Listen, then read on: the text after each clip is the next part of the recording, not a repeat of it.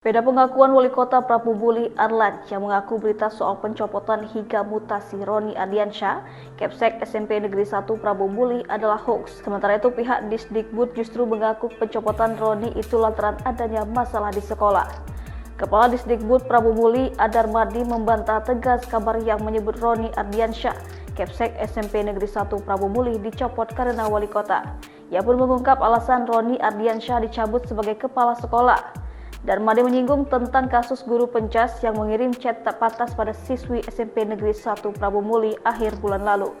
Dalam kesempatan yang sama, Darmadi membantah pencopotan Roni karena menegur anak wali kota yang membawa mobil ke sekolah.